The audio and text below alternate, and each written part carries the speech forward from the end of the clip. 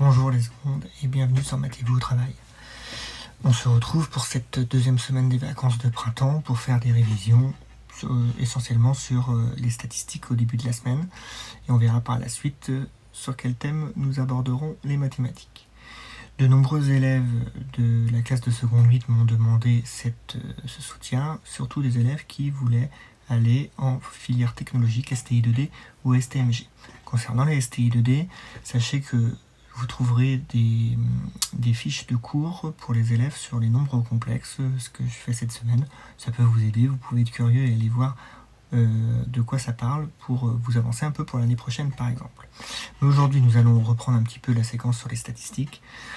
On va commencer par 5 exercices de base, très très simples.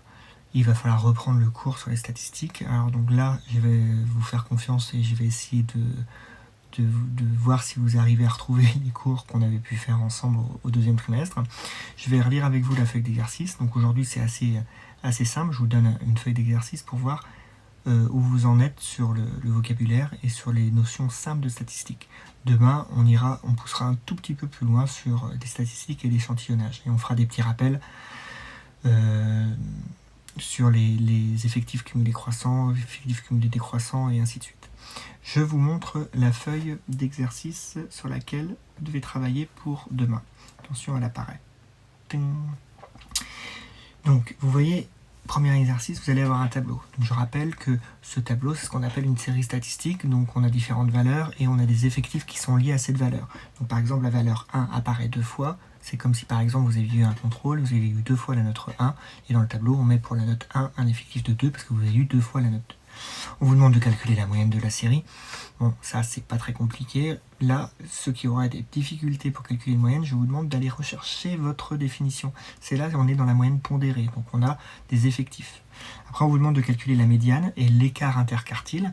Donc là, vous pouvez vous aider de la calculatrice. On rappelle que là, c'est marqué dans le cours comment on entre la série statistique dans une calculatrice et quand on récupère ces informations. Donc on aura besoin des quartiles, Q1 et Q3, et de déterminer la médiane, cette valeur qui est pile au centre de cette série qui serait ordonnée. Donc allez revoir ça et ça va vous permettre de faire des petites révisions. Après on vous demande de construire le diagramme en boîte. Donc le diagramme en boîte de cette valeur, de cette série. Je vais vous montrer quand même à côté à quoi ressemble pour vous rappeler ce que c'est que le diagramme en boîte parce qu'on en a besoin dans l'exercice 3. Vous voyez, dans l'exercice 3, c'est un diagramme en boîte. Donc, je vais utiliser le diagramme en boîte de l'exercice 3. Donc, vous voyez le diagramme en boîte de l'exercice 3. Ici, pardon, je vais reprendre plutôt une couleur qui est comme ça. Ici, c'est le caractère max. Ici, c'est le caractère min. Donc, c'est la note, hein, c'est la valeur. Ici, on met le Q1. Ici, on met le Q3. Donc Q1 et Q3, premier quartile, dernier quartile.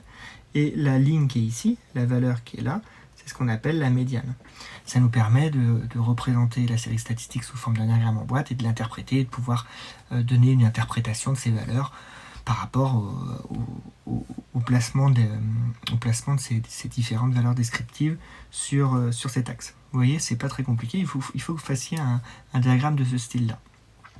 Dans l'exercice 2, on vous dit que dans une classe, on a 20 filles et 15 garçons, on a une taille moyenne de 1,70, on a la taille moyenne des garçons est de 1,80, donc attention, la valeur moyenne de l'ensemble, c'est 1,70 m, la valeur moyenne des garçons, c'est 1,80, on vous demande de déterminer à l'aide d'une petite équation la valeur moyenne des filles. Classique, on a déjà vu ça aussi, on a déjà fait ce style d'exercice. Donc, dans l'exercice 3, j'ai déjà... Alors, attendez, j'efface tout, parce que, même si ça ne sert pas à grand-chose, parce que dans la vidéo, vous pouvez remettre en arrière. On vous demande de déterminer à la médiane l'écart interquartile, mais là, je vous ai donné toutes les informations. C'est juste de la lecture de l'axe. Exercice 4. Donc là, on a affaire à un histogramme. Et là, vous voyez votre histogramme, toutes les petites barres là ont pas la même largeur. Là c'est normal parce que les classes, vous voyez les intervalles, là on est entre 11 et 17, attendez, là ici on est entre 11 et 17, là on est entre 17 et 19, vous voyez la taille de la classe n'est pas la même. D'accord ? Mais il faut que la surface dans un histogramme soit proportionnelle. Donc là on vous dit que ce que je mets en jaune ici, ce que je mets en jaune ici. Tac. En gros, ça correspond à 10 personnes. Ok? On vous demande de déterminer le nombre d'effectifs, combien il y a ici, combien il y a là. On vous demande de déterminer les effectifs dans chacune des bandes. Un petit peu de réflexion, je pense que ça va le faire. Et l'exercice 5, une petite série, mais cette fois-ci, on n'a plus des valeurs ponctuelles, des valeurs, des notes, on a ce qu'on appelle des classes. Donc là, c'est entre 2 et 8, entre 8 et 10, entre 10 et 12. Et on vous demande de calculer la moyenne de la série. Donc là, pour calculer la moyenne de la série, il faut déterminer le centre de la classe. D'accord? Le centre de la classe. Et ensuite, on vous demande de déterminer de représenter ça sous forme d'un histogramme. C'est ce qu'il y a au-dessus. Il faut refaire un histogramme. Attention à la taille de la classe. Ça, c'est très important. Là, on voit bien que celle-ci, elle est de taille 6. Entre 2 et 8, il y a 6. Et là, celle-ci, elle est que de taille 2. Donc il faut que la surface soit proportionnelle et bien mise, hein, d'accord? Bon, je vous laisse faire ça pour essayer de le faire pour demain. Évidemment, vous avez jusqu'à mercredi pour le faire. Demain, je commencerai à faire les corrections. Ça pour essayer de le faire pour demain. Évidemment, vous avez jusqu'à mercredi pour le faire. Demain, je commencerai à faire les corrections détaillées. Parce que là, il va me falloir du détail sur la correction. Donc je ferai la correction vidéo détaillée de ces exercices. Vous pourrez les suivre en même temps de les faire si vous n'avez pas eu le temps de les faire aujourd'hui.